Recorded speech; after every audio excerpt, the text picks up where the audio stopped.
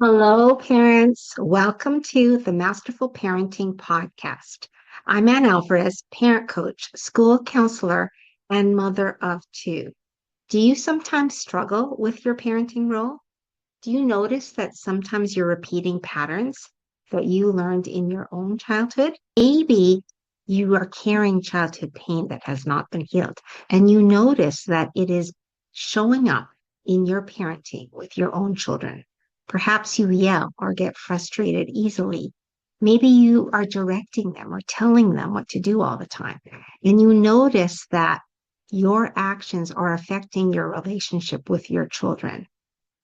Well, parents, I totally understand this. I came from childhood pain and I learned how to be a relational parent with my children. And I can teach this to you as well. This podcast is all about learning how to heal the childhood pain that we are carrying so that we can foster healthy relationships with our kids. Join us every week for a new show, and we will dive into the healing and the fostering of healthy relationships with our children.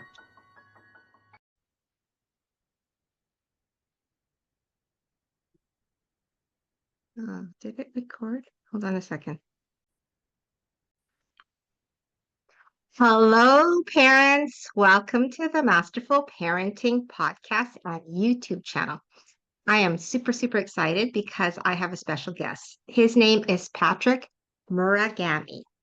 And he is a Christian entrepreneur, a coach, and survivor, unpurposed and unfinished, who equips moms and dads to lead at home like founders, build faith aligned businesses, and raise kid entrepreneurs. He and his wife are raising a 10-year-old entrepreneur. Welcome, Patrick. Thank you so much for having me today. I greatly appreciate it. Oh, I'm so excited. All right, we're going to get into it. Yes. How would you describe your approach to parenting? Well, I think that all of us always want to be better than what we had, right? I believe that's always the goal. But I've found that, we grew up in a time frame when a lot of our parents were also unbalanced. Parents, fathers, we were always kind of, told to throw dirt on it, and women were told to be, ladylike, don't show anger. So there's a lot of emotions that maybe we didn't get a chance to experience growing up. And so our approach really is to understand the emotional intelligence and really guide that to allow children to basically make informed decisions. And it is a lot of work, when your child says why, and you have to explain the why, and then they ask why to that. And, a lot of times it's at a younger age where you kind of see that, but as they get older, it's so important for them to know that you are going to just help them find the answer instead of just saying, because I said so, with what so many of us grew up with.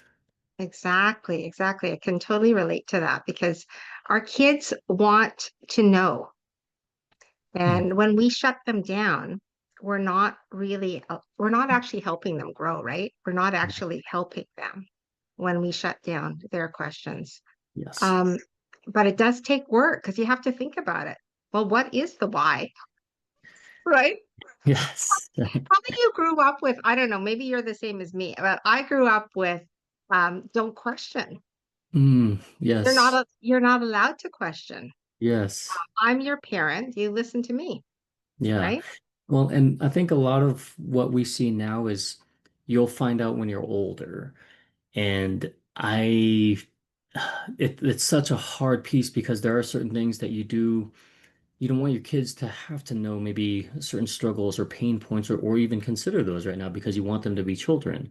But also at the same time, you want them to realize that, there are certain things and certain conversations that maybe they just shouldn't be privy to at this point in time. So it's a fine line of trying to understand that.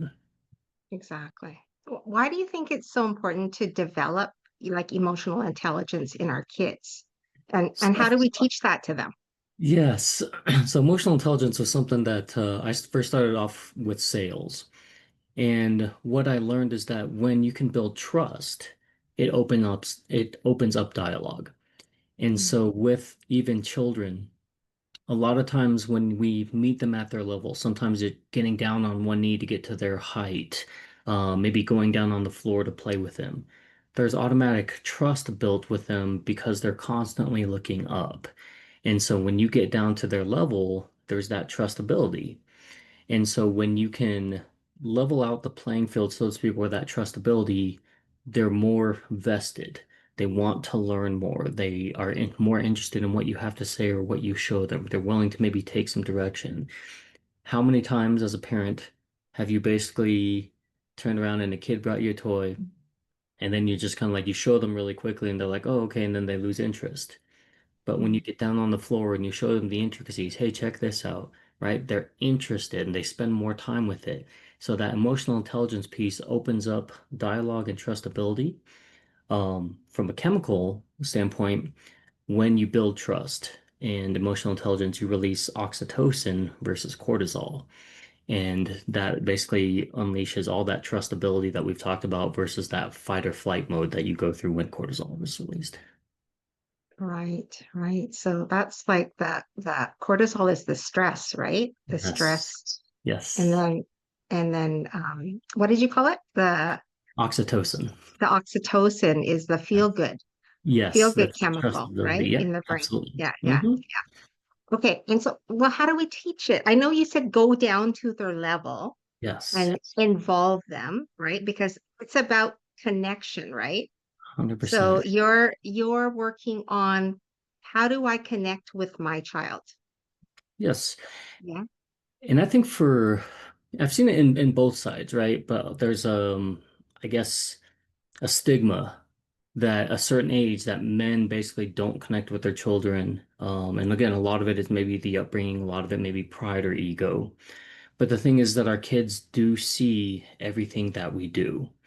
And so if we don't take time to include them, if we don't take time to explain why something works, if we just do it and give the final product, a lot of people are problem solvers. So they go straight into just fixing the problem instead of basically explaining. So one of the things that you can do is, take a simple concept of, let's say, making dinner, right? And so a lot of times, hey, I'm hungry. What do I eat? And then it's turning around and saying, hey, let me show you how this is made. And then quickly you basically go from, okay, so we have to prepare the meat. We've got to cut the veggies, right? We've got to wash them, all these things. And then when you throw them all together, and then you know that flavor that you like on a steak, right? It's because it's salted. So we throw the salt here and we do this, right? But when you explain that, and by the time that they eat the meal, they now have an understanding of what it took to prep, what it took to get there. And same thing with our conversation, same thing when we diagnose problems, right? Same thing when we talk about, common things, maybe money, right, in a household, right? There's a lot of things when the kids are listening and they're either, again, they're suppressed or they think that they can't ask in those conversations. Well, what does it mean that you have, when is payday?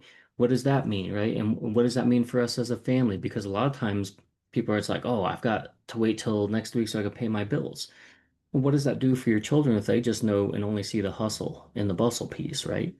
What happens if you turn around and say, okay, look, this is how we pay ourselves, then we pay our bills, then we pay, and then the rest can go towards, X, Y, and Z, entertainment or whatever. Yeah. But when you break that down, now your kids have a better understanding of Mhm. money. And so I'm using several examples, but the idea really is that when you show them how something works, when you walk them through your world, but then try to see if anything makes sense to them. And it doesn't have to necessarily click for them right now, but the ideas and the concepts of how they come to formulate this rather than being introduced to it by an outsider, by television, by TV or media. When they learn from you directly, they're going to absorb it so much more.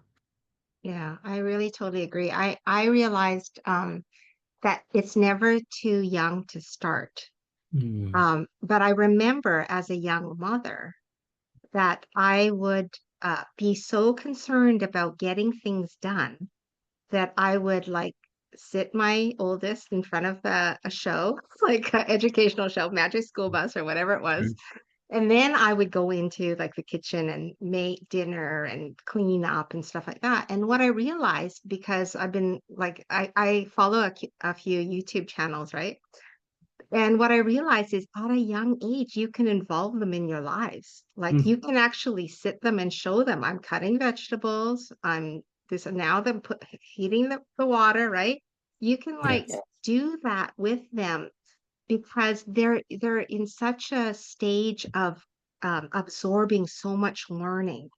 Yes. And Yes. that's what I learned. I learned that you can start at a young age involving them in what you're doing and teaching them.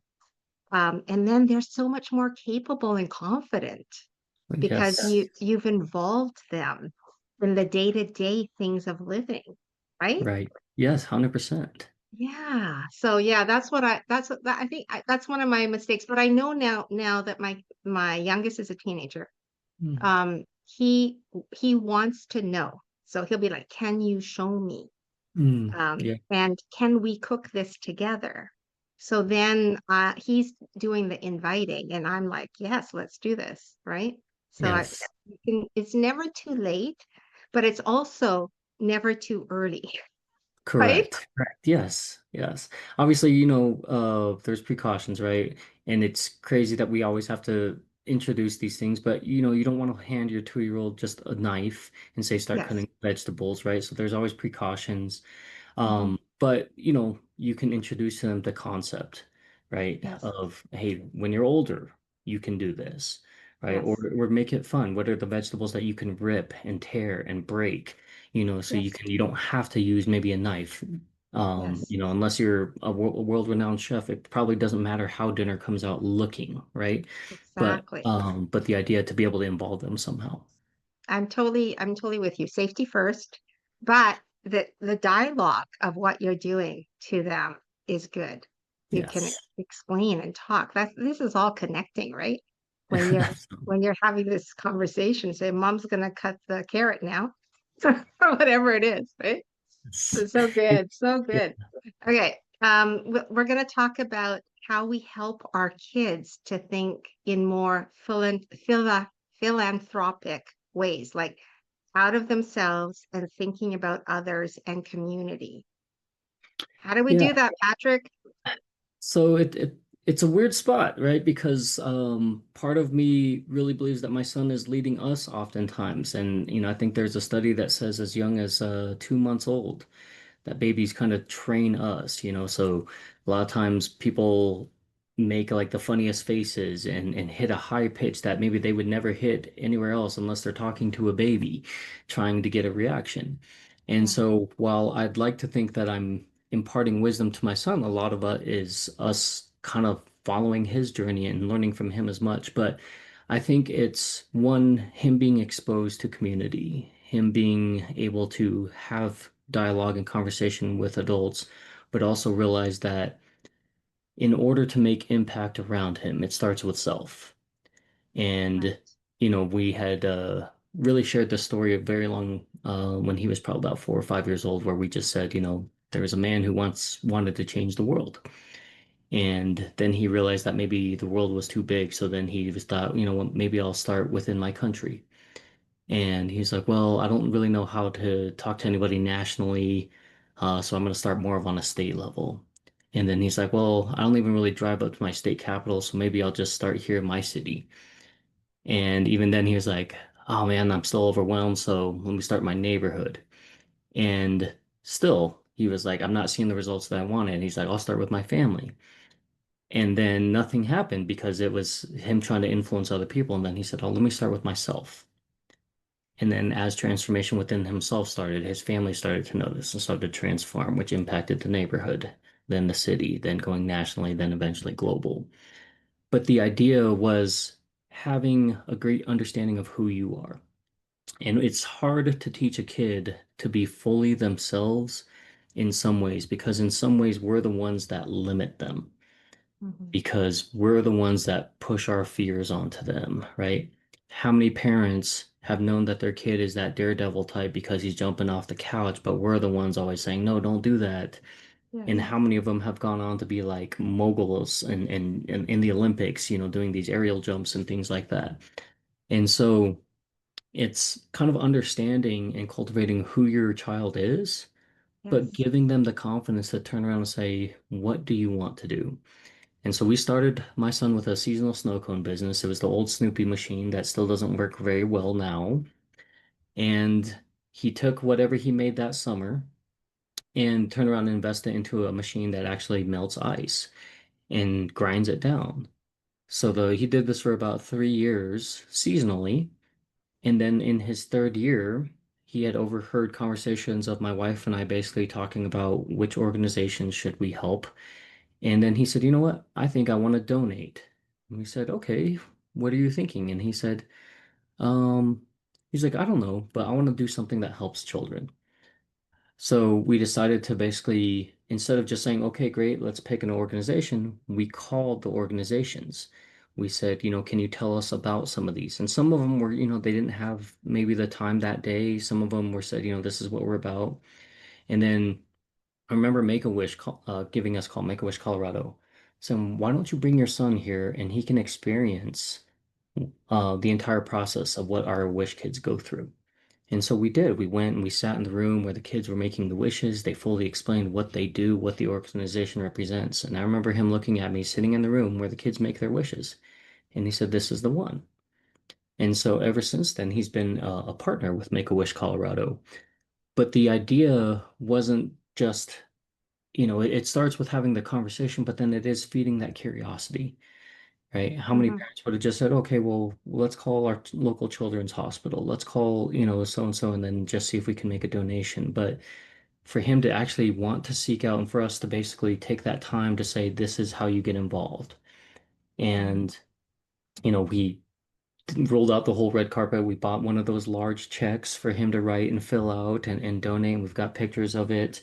But the idea for him to know that he's doing a big thing and to celebrate that. And I think a lot of times people think that we have to have these really big, grandiose ideas to make our kids have these core memories, but we just have to be present in the moment. We have to be willing to to see what it is that they're understanding. And sometimes we overcomplicate things, especially as Mhm. parents. We Mhm. have a tendency to think that maybe we know what's best. And generally speaking, we do want to protect our kids. We do want to set them up for success. But a lot of times, our wishes and our wants for our kids overtake maybe what they actually need in that moment. And so a core memory can be unlocked just from being in the moment. And I think that it starts with those types of conversations. And then again, answering that why or providing the education and the layers to understand if then, if this happens, then this is a result. If this happens, this could be a negative result that comes from that, right? And so Mhm. being able to explain potential consequences and outcomes, but then allowing them to have that critical thinking, and to be informed enough to hopefully make a well-informed decision and hopefully the right decision. Yes, yes, yes. You unpacked a lot there. What stands out for me is supporting the ideas of our kids, Mm. and that's what Yes. you did by calling around saying, well, let's get on board. This is your idea, but let's figure it out. Let me help you. Let me support you in your Yes. idea instead of like figure it out yourself and go do it yourself, right? Right. Like that's huge. That is really huge because then now your son feels supported and feels like mom and dad they're gonna help me nurture my dream. They're gonna help me uh, move towards my dream, right? I'm not Yeah. alone. I'm being supported. I just love that so much. I was going to ask you though, like, um, it just brought back a memory for me with my oldest, teaching him about money because I was never taught about money Oh, sure. as a kid. And so for me, I really wanted to make sure that my boys know about money. And I had an aunt that taught me the three S's of money: save, spend, and share, Mm. which reminds me of like your son's desire to help others. And my oldest he had three buckets: save, spend, share. I told him he could put whatever he wanted in each bucket. At the time, I gave him an allowance. And so the three piles, and he had accumulated over a few years quite a lot of money in the share pile. And then we had an event at school, and he wanted to donate all of the money in his share pile to Mm, that event. It was a Terry Fox event supporting making progress in cancer research. And so one day he just took it and he just gave it all away. And I don't know, I was so proud of him that that's day. amazing. Yeah, I was so proud of him that day because I was like, oh, okay, he gets it. He Yes. gets it. That the sharing is super important when we share our wealth, right? Yes, Um, and it was already put in his mind that that money was designated for that, right? So there was no question. There was like, oh, I need to save this just in case, right? Because it was already designated for that. And I think a lot of times, especially with finances, we have yes. a tendency where they're all in one bucket. And so when you don't explain, right, where you don't have these things kind of already set up, right? You don't have funds for a rainy day. You don't have a place to put money specifically spent for saving or sharing or spending even, it makes a big difference. And so this is something I learned from my financial advisor years ago. He basically said instead of putting money in the bank for your son, he said just basically, do a matching contribution, and he's like, what's, 10% for, $10 or whatever, right? But eventually he's like, what you do is you create a balance sheet and you show them, look, if you want to spend this today, this is what you will spend, and this will take from your balance, and this is what you could earn off of your match if you wait 30 days or 60 days. And so if you really want this today, here's what you'll miss out. But if you wait 30 days and get it next month, you could get that and still make some. And so he actually has to figure out and look at the balance sheet now to figure out, is it worth spending? Is it Mhm. something that I can do today or can I wait? But it's also now taught him to become really good at using other people's money. So if dad won't pay for it, maybe grandma will pay for it, maybe auntie and Yeah. uncle will pay for it, right? So Yes. he's learned how to basically understand what his balance and then he turns around and he's like, well, I could afford that, but if I take that away, he's like, I could afford it twice in the next month versus and still make a little bit on top. And so Right. the thought process, it also eliminates maybe some of that immediate impulse buys and Yeah. actions that, I think that a lot of media and a lot of advertising is geared towards. Right. Right. I think we set up our kids for abundance and wealth when we teach them about delayed gratification Yes. and how you have to use your money to make more money, Yes. right? I think those are like the key things, right? With creating abundance is use your money to make more money. Figure out a Mm. way to do that, right? Make your Yes. money work for you, and then delay what figure out what you really want and do you really want that and need that, right? Yes. Being Yes. wise about your spending. Yeah. Yeah. We Yeah. talk a lot about creating your own opportunity, which is so hard for people who maybe are not in the entrepreneurial world, or maybe you're not in a sales type environment. But I feel like that a lot of kids, if they had this skill set, then they would have much more confidence to go out into the world to try things. Even the idea of maybe a gap year between graduation of high school and going to college now is becoming an increased popular idea.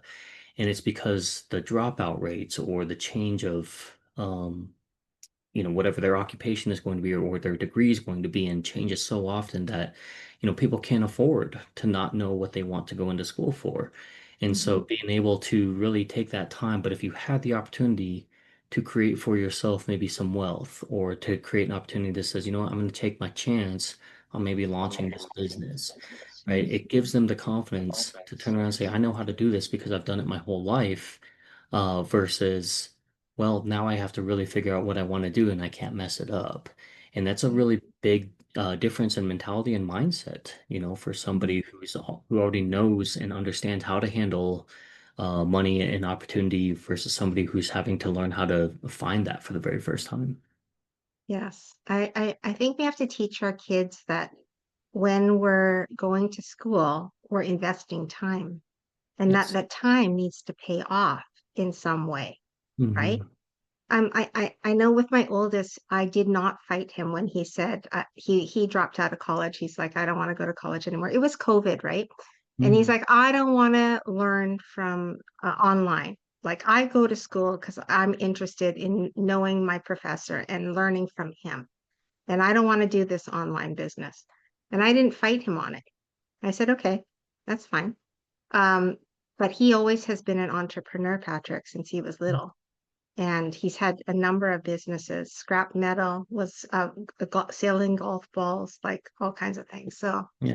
I wasn't too worried about him. And plus, he learned the lessons about money. He's very good with money. So then he ended up getting a trade job where he was trained on the job and made more money than I did. Like, Yeah. that's to you, son, right? Yeah, it's And it's awesome when you see it just kind of the light bulbs go off and when they formulate the ideas on their own, it's amazing to watch.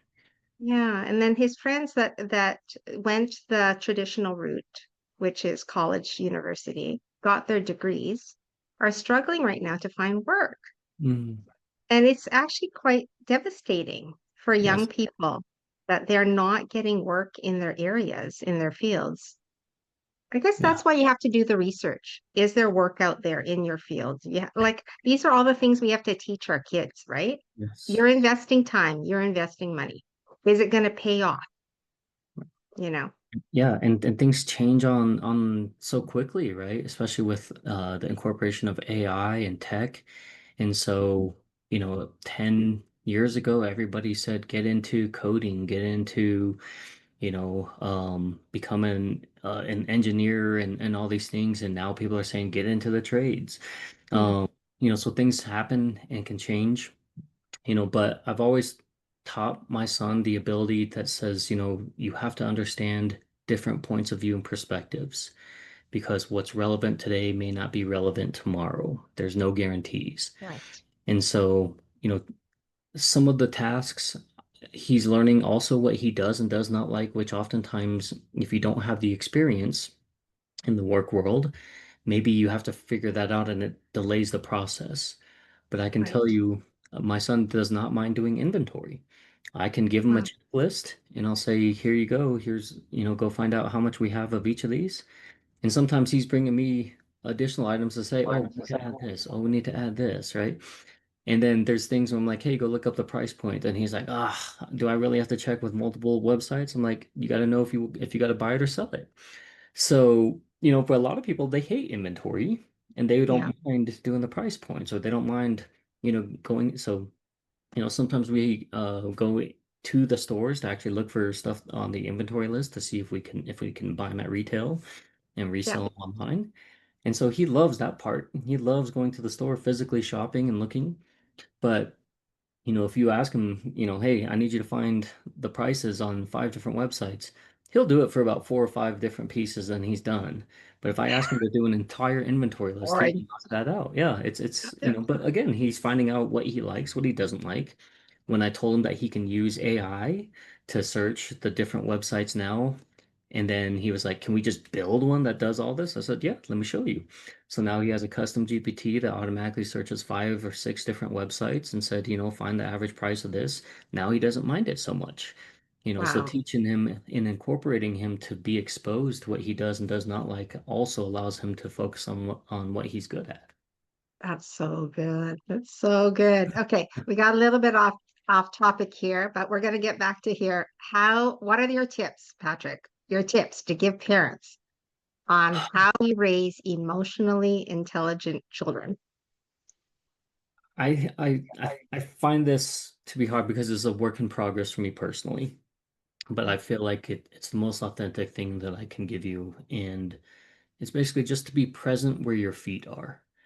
And so if you're with your family, be present with your family. put the phone away, leave that phone call. The work will still be there. The stress that you were going through will still be there, right? But, somebody told me the other day, from the time that your child is born, they say that you have about 18 summers.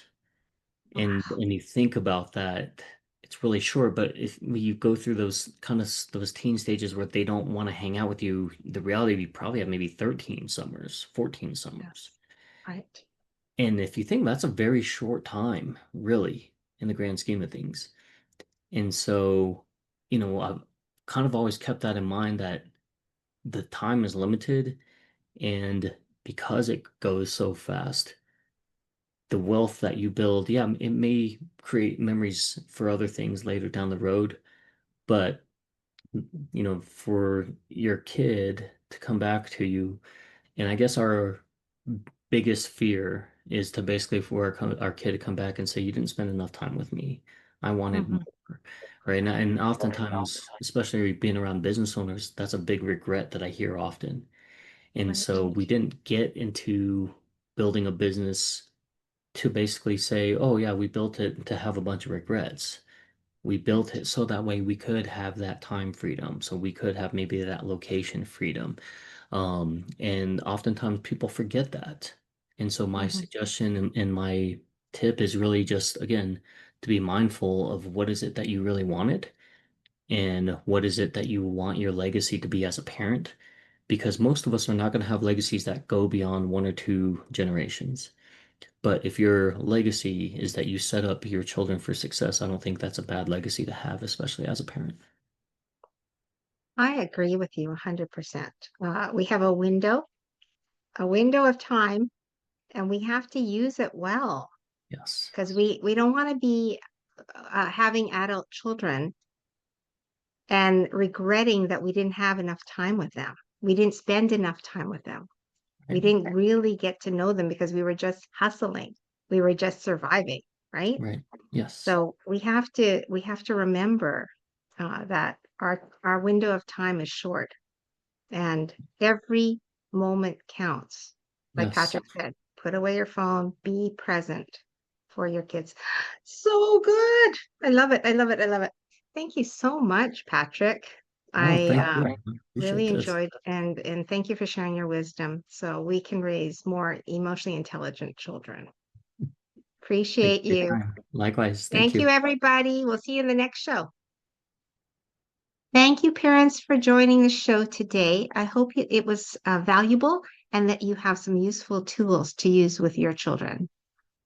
If this show blessed you or changed you in any way, I would appreciate a review on my podcast, or subscribe to my YouTube channel, or perhaps you could even recommend our masterful parenting to your family and friends.